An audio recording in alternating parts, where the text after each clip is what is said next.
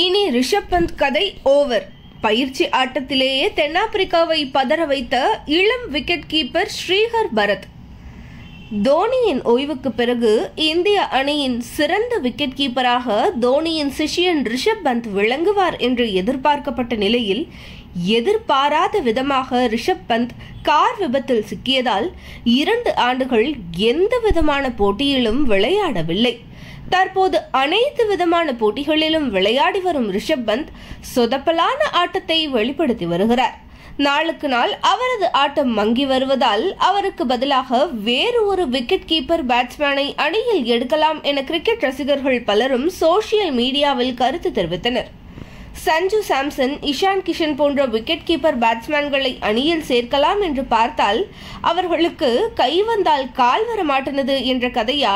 Batting வந்தா keeping வரமாட்டனது, keeping வந்தா batting வரமாட்டது என்று ரசிகர்கள் பலரும் கிண்டல் செய்தனர். இந்நிலையில் தற்போது இந்திய அணி தென்னாப்பிரிக்கா அணிக்கு எதிரான டெஸ்ட் தொடரில் விளையாட உள்ளது.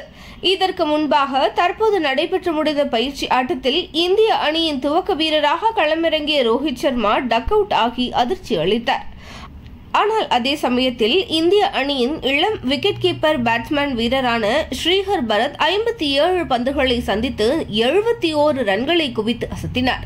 மேலும் அந்த 71 ரன்களில் 7 பவுண்டரி மற்றும் 5 சிக்சர்களை அவர் அடித்து தீயாக விளையாடி இந்திய அணி தேர்வுக்குழு கண்ணில் பட்டுள்ளாராம்.